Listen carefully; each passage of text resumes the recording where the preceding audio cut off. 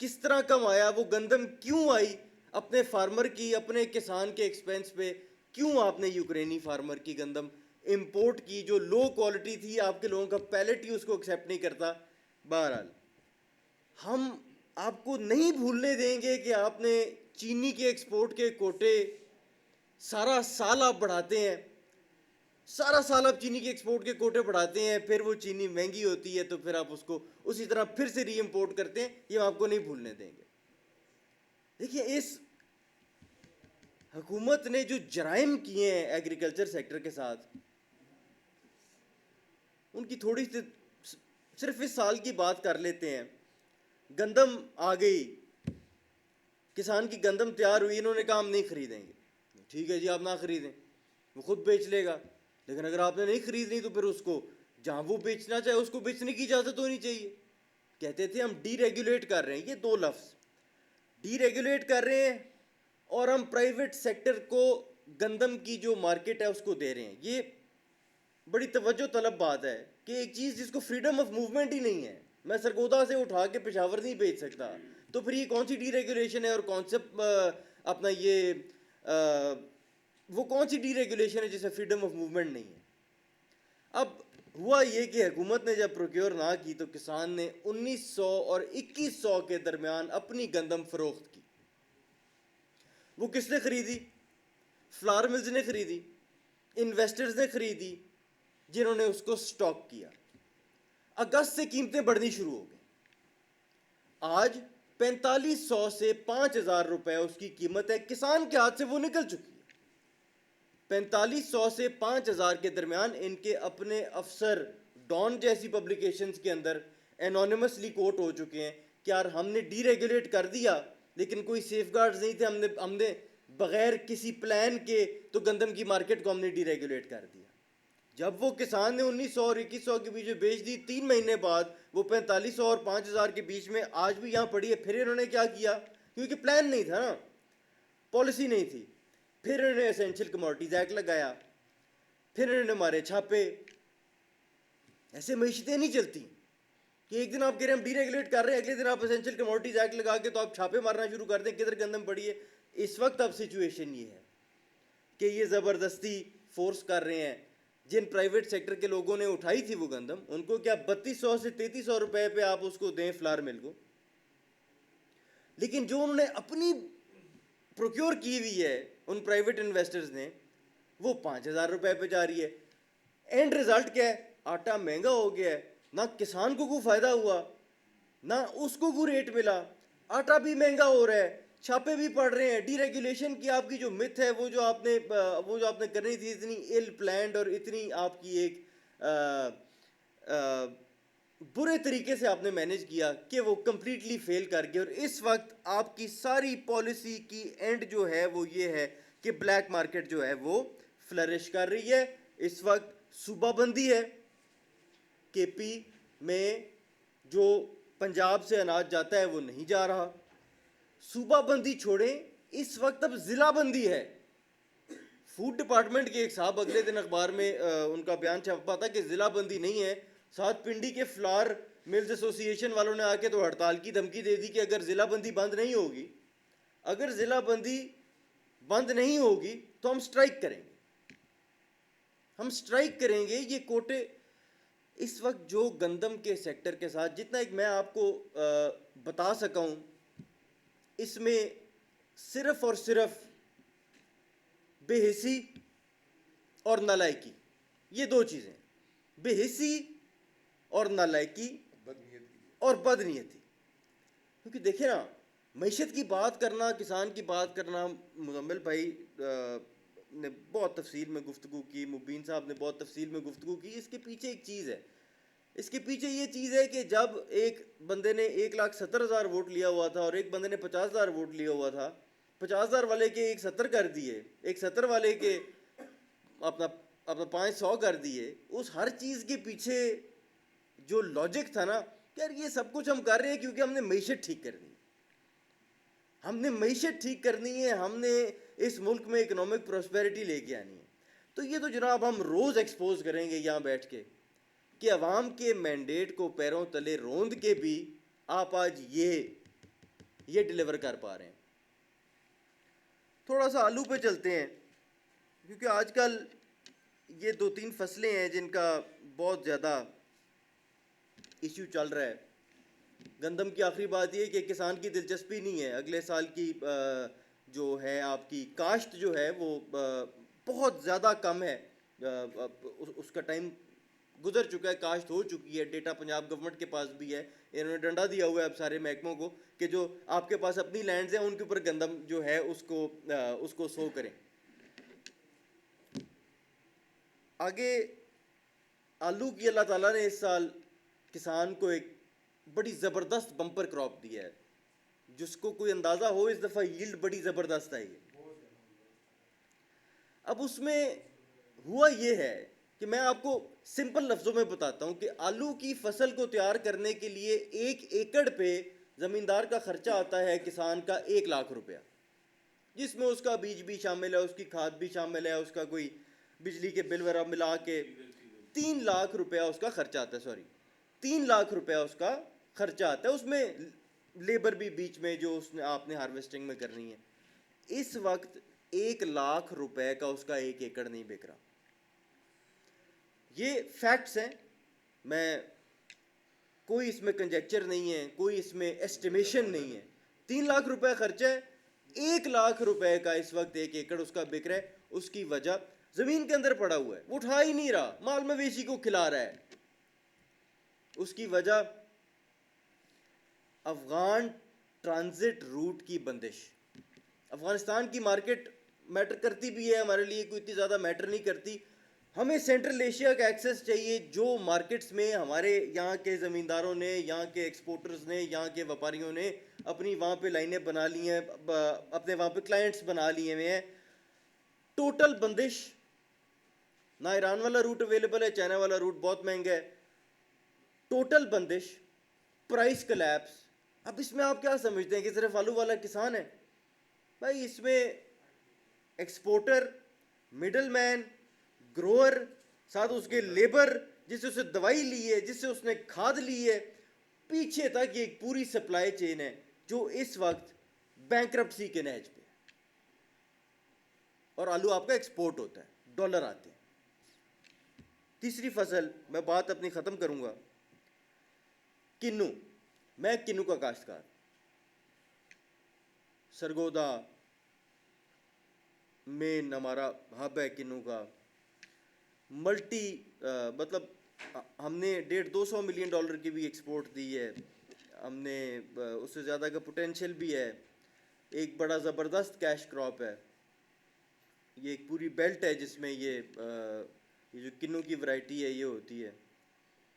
جناب والا اس وقت صورتحال یہ ہے کہ ایک 40 کلو جس کو آپ من کہتے ہیں, اس پہ کسان کی کاسٹ آتی ہے رفلی 1600 سے 1800 کے درمیان.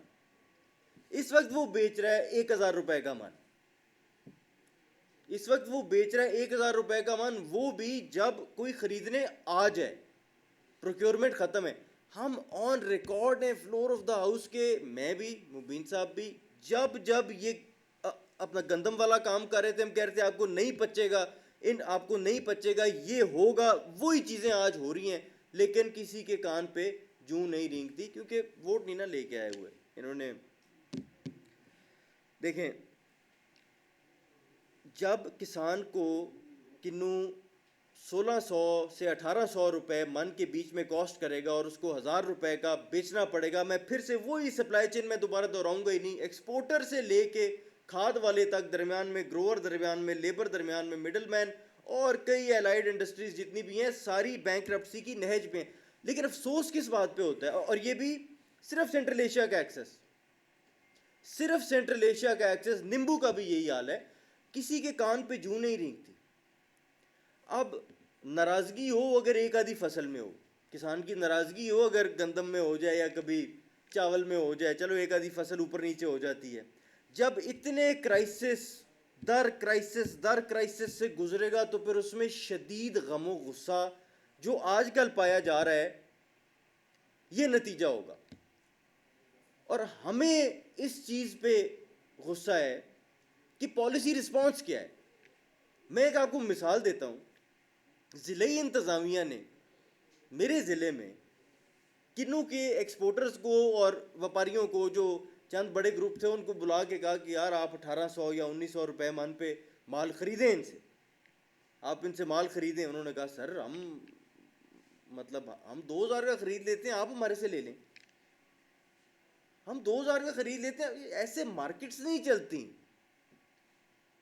ایسے معیشتیں نہیں چلتی کہ ضلعی انتظامیہ جا کے تو فیکٹری اونرز کو کہہ رہا ہو کہ یار تو نے اتنے کی چیز لینی ہے, تو یا تو آپ خود پروکیور کر لینا. یہ پالیسی رسپانس ہوگا جب آپ کا کسان بینکرپسی کی نیج پہ ہوگا, تو پھر تباہی ہی ہوگی. تو زراعت کے ساتھ ان کی دشمنی یوکرینی گندم کے امپورٹ سے لے کر آج کے دن تک جاری و ساری ہے, زور و شور سے. لیکن ہم اپنے حلقوں میں جاتے ہیں, لوگ کمپیئر کرتے ہیں, اور ایک ہی چیز کمپیئر کرتے ہیں, سر آج یہ خان صاحب کے دور میں ہمیں یہ کمپنسیشن ملتی تھی اپنی فصل کی, چاہے وہ جو